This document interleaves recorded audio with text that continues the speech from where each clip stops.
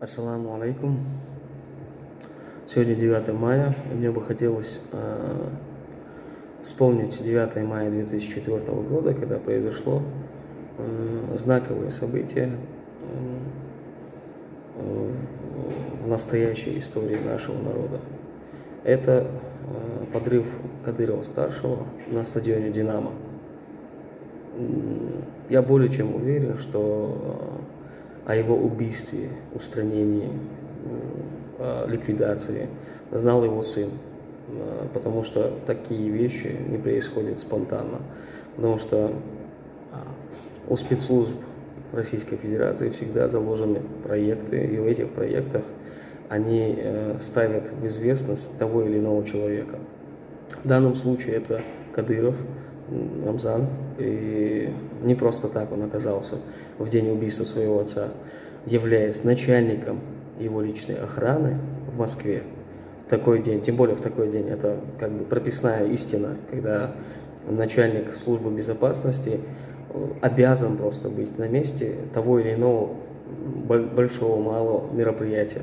Но он в это время находился в Москве. Вот. Далее о самом подрыве. Сам подрыв является явным доказательством того, что это все спланировано Российской Федерацией. Почему я так говорю? Со мной сидели трое парней, которых обвиняли в подрыве этого человека. И я знаком с материалами дела. В материалах дела фигурирует дистанционный подрыв. Дистанционный. Не провода, не что-то, а именно дистанционный. И заложенное взрывное устройство не было заложено в фундамент, как это пытаются описать, что заранее, когда производилась реконструкция стадиона «Динамо», туда был заложен фугас. А кто с уверенностью может сказать тогда, кто мог быть уверен, что именно в это место станет Кадыров?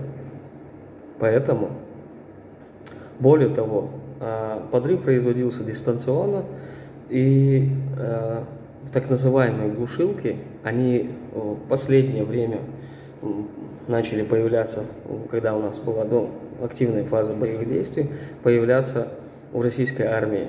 Они мобильные, они были большинство на УАЗиках находились. И когда вы посмотрите съемку, вы увидите, что практически на каждом обозримом месте на съемке вы увидите эти УАЗики, которые стоят с глушилками. То есть получается, что подрыв произведен непосредственно людьми, у которых есть возможность отключить эти глушилки. Отключить, произвести подрыв и снова включить. Вот, поэтому убийство однозначно рук Российской Федерации. Как бы мы ни хотели, как бы не хотела страна муджахидов и всего сопротивления взять ответственность за это, оно не производило это. Это рук российской армии. Вот.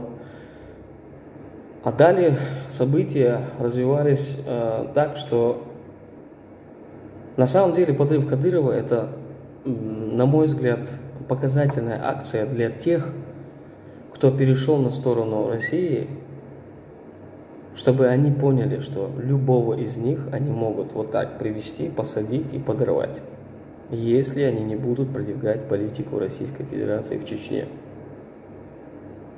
То же самое случилось и с Ямадаевыми. Где они сейчас? Они сдали целый город. Они проводили политику. Самыми активными, самыми первыми, кто начал проливать чеченскую кровь, были они. Более лояльных людей, чем Ямадаевы, невозможно было найти. И тем не менее, как только они начали посягать на что-то, помимо той цели, той задачи, которую выделила им Россия, они их ликвидировали. Ни одна империя в мире не даст на оккупированной, завоеванной территории аборигенам качать свои права. Но тут выделился больше всех Рамзан Кадыров. Он переплюнул отца Ямадаевых всех. Возвращаясь снова к тем людям, которых заставляли принять на себя убийство Ахмад Хаджи Кадырова, я хочу сказать, что большинство из этих людей, можно сказать даже все трое, не были в курсе расположения стадиона «Динамо». Они понятия не имели, где находится главный корпус. Они не знали, как все это работает, как это все выглядит. У них понятия об этом не было. И их именно в ОРБ-2 заставляли сказать, что они именно провели эту акцию по приказу. Я не помню уже, кого они там упоминали. Вот. Но и тем не менее, чисто физически это невозможно сделать нашей стороне. Это сделала российская армия. Более того, когда одного из этих парней вызвал генеральный прокурор Чеченской Республики, я не помню, Кравченко, кажется, это был, и он в личной беседе попросил этого парня, не хочу его имя называть, он попросил: скажи, я тебе даю слово, что тебя никто пальцем не тронет, но только ты скажи, ты делал это или нет. И тогда этот парень сказал, что его заставили, что его пытают практически каждый день. Я лично видел, как его пытали. Я много раз его откачивал, я делал ему массажи, я приводил этого человека в чувство, потому что его каждый раз практически закидывали в камеру, как обугленный кусок мяса. От него жестко шел запах гари. Тот, кого пытали, знает, вот этот гари от тока. Все тело твое неистово воняет. Вот. И каждый раз мы пытались привести в чувство этого парня. Вот. Я помню все это.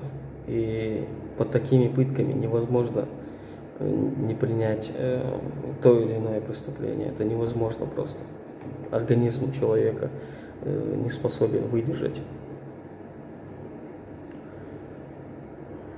9 мая для чеченского народа никогда в жизни не будет праздником победы над Германией, потому что 9 мая 1945 года чеченский народ был уже год выселен со своих земель.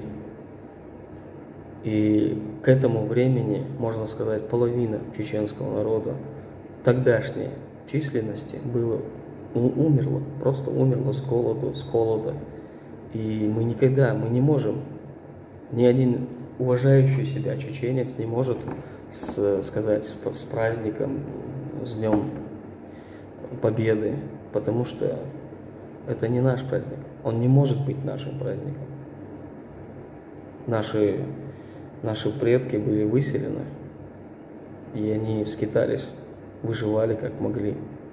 И даже те, кто воевали, их возвращали и тоже высылали к своим семьям или вообще куда-либо.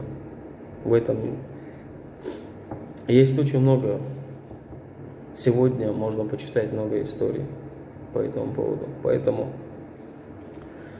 9 мая не может стать нашим праздником никогда. Что очень важно заметить после событий 9 мая. Это яркая, выраженная конфронтация Ямадаевых и Кадыровых после убийства Ахмад Хаджи Кадырова.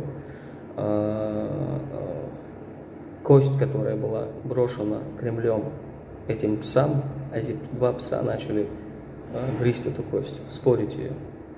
В итоге Кремль поставил на Кадыровых и дал расправиться частично Кадырову. И частично сами они помогли устранить физически Ямадаевых. Поэтому после того, как убили Ахмад Хаджи Кадырова, власть, так называемая власть, начала оседать в руках Кадырова, в лице Рамзана Кадырова. Я более чем уверен, что ни один чеченец не стал бы записывать ролики, видео, не стал бы говорить, не стал бы критиковать. Наверное, с прошествием времени многие бы и угомонились, потому что уже много времени прошло.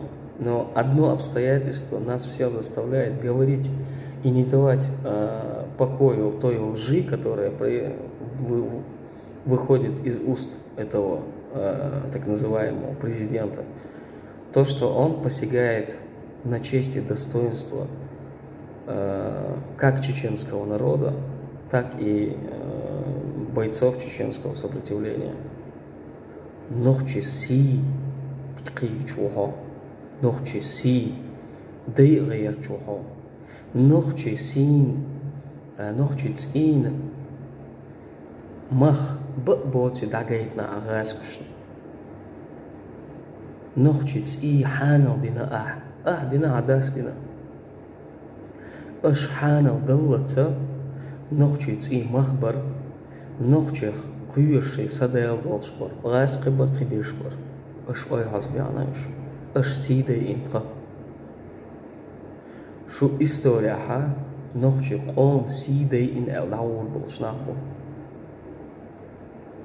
Қимах бачо, қихир болшпац, иншалла.